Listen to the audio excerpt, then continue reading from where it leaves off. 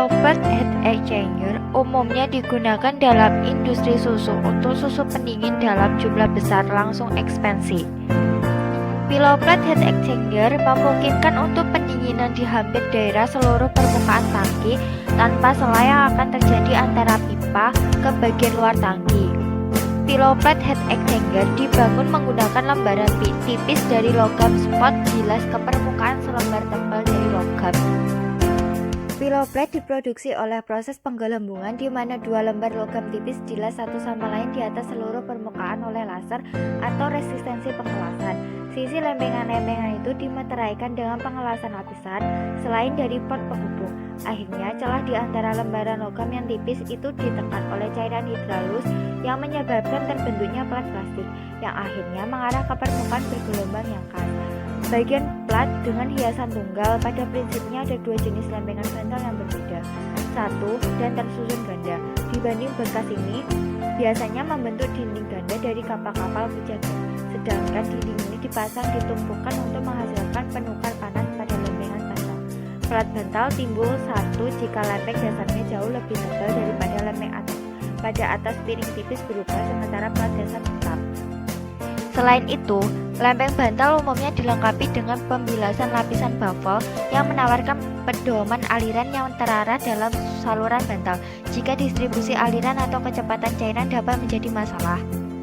Ini adalah bagian-bagian dari pilot heat exchanger. Fixed bed reactor. Fixed bed reactor katalik dapat didefinisikan sebagai suatu tub silindrikal yang dapat diisi dengan partikel-partikel katalis.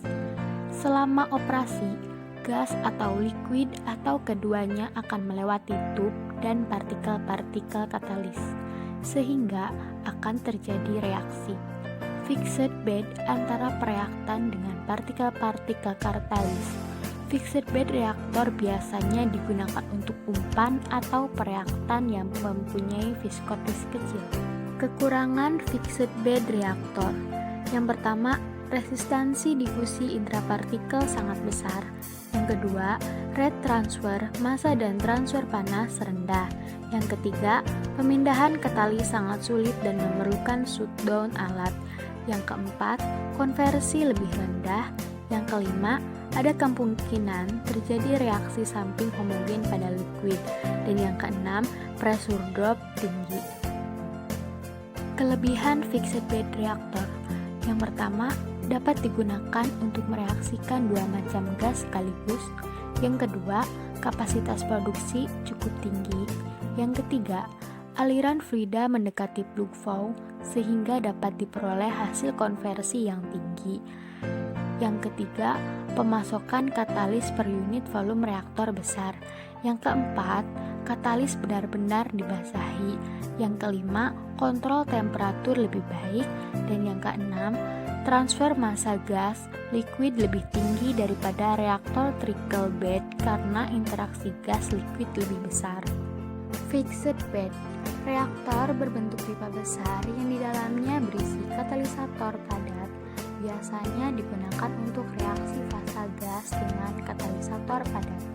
Apabila diperlukan proses transfer panas yang cukup besar, biasanya berbentuk fixed bed multi-tube, di mana reaktan bereaksi di dalam tub berisi katalisator dan pemanas atau pendingin mengalir di luar tub di dalam sel. Fixed bed reaktor.